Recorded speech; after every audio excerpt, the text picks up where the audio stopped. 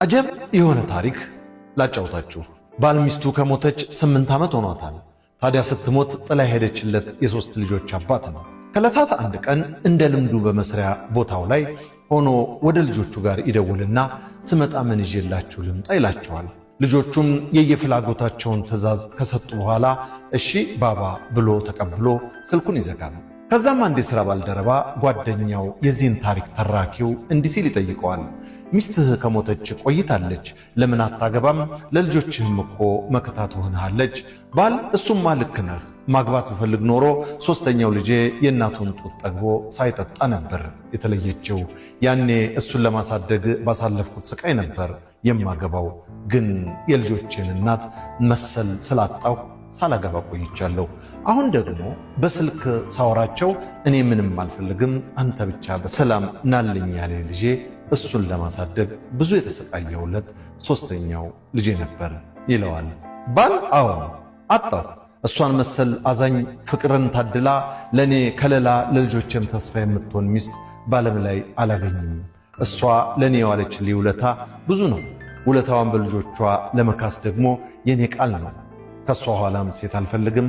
እሷን ሳስታውስ መኝታው ሲሰፋብኝ ታቅፌ የምተኛው የእሷ ጠረን ያላቸው ልጆቿ አሉኝ ይለዋል። ጓደኛው አሁንም በግርምት ምን አይነት ሴት ብትሆን ነው? ምን ውለታ ብትውልልህ ነው? ለምሳሌ እኔ አግብቼው ልጄ ሚስቴ በሕይወት እያለች አሁን ሁለተኛ ሚስቴን ለመድገም እያሰብኩ ነው ይለዋል። ባል አየህ አይደል፣ አሁንስ እሷን መሰል በዓለም ላይ አለመኖሯን አላመንክ ይሆን? ለእኔ ዋለችልኝን ልዘረዝር ብዬ ብነግርህ አልጨርሰውም። ግን ከኔ ውጭ በዓለም ላይ ያሉ ባለትዳር ጥንዶችን ካንተም ጭምር የሚያካትት አንድ የእሷን በጎነት ይጠቅማልና ላጫውትህ ይለዋል። ጓደኛው አዎን ያውን በጉጉት አዳምጣለሁ ይለዋል። ባልም በዕለታት አንዱ ቀን ከሥራ በጣም ረሃብ አድክሞኝ ፀሐይ አቃጥሎኝ እውጭ ከሰዎች ጋር ተጋጭተን ወደ ቤት የመጣሁ ይለዋል።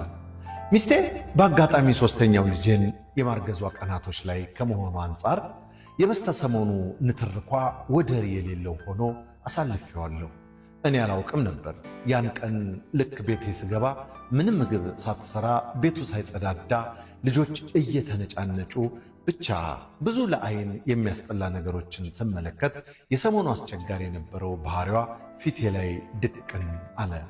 ይበልጥም እንዴት የበረታ ሰይጣንም ነገሮችን አቀነባብሮ ስሜታዊ ያደረገኝ። ሰደብኳት። አፌ ይሉኝታ ሳይኖረው ተናገርኳት። ካፏ የሚወጣው የትህትና ቃሎቿ መልስ መስጠት መስሎ ታየኝ። እጅ ወደ ማንሳት እርምጃ ተራመድኩ። ጥፍጥፍ አድርጌ ከቤቴ ውጪ በማለትም አባረርኳት። ጓደኛው በማዘን ፍቅር እያየው እሺ ካባረርኳት በኋላ እኔም ተረጋግቼ ቀኑን ምሽቱን ቤቱ ያለሷ አለመድመቁን ያስተነተንኩ ልጆችን አስተኝቼ ምሽቱን ሙሉ ስለ ድርጊቱ ሳስብ አደርኩ። ስህተቱ ከኔ መሆኑን አመንኩ። በምን እንዴት ቤተሰቧ ፊት ቆሜ ይቅርታ እንደምጠይቅ በሐሳብ ተሰማራሁ። ሳልተኛ ቀኑ ነጋ። ያለኝ ውሳኔ ወደ ወላጆቿ ቤት ሄጄ እሷን መመለስ ብቻ ነው።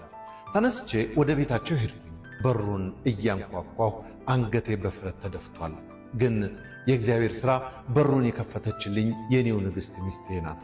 ደንግጬ የምላት ቃል ካፌ ሳይወጣ ዘላ ጥምጥም ብላ አቀፈችኝ።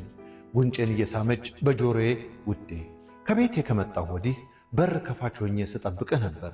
ምክንያቱም ለአባቴና ለእናቴ ምንም የነገርኳቸው ነገር የለም። ባለቤቴ ከልጆቹ ጋር ሊዝናኑ ለ3 ቀን ወደ ሌላ ሀገር ወጣ ብለዋል ከማለት ውጭ አንተም ሳትታውቅ መጥተህ መጣላታችን እንዳትነግራቸው ብዬ ስጨነቅ ነበር አለችኝ። በይቅርታ መለስኳት። ከዛም በኋላ ለእሷ የነበረኝ ፍቅር ጨመረ። አሁንም ድረስ ከኔ አልሞተችም። ሦስተኛው ልጄ ከተወለደ በ7 ወሩ ነው እሷ ያረፈችው። ለዛም ነው ሦስተኛው ልጄ ከሌሎቹ የሚለየው። ይህን የጓደኛው በመደመም እንደሱ አይነት ሴት እውነትም አታገኝም፣ እግዚአብሔር ይዘንላት በገነት ያገናኛችሁ ሲል መረቀኝ። እናማ እግዚአብሔር ይችን መሰል ሚስት የማታሳፍር ገበና ጠባቂ የሆነችውን ይስጠን።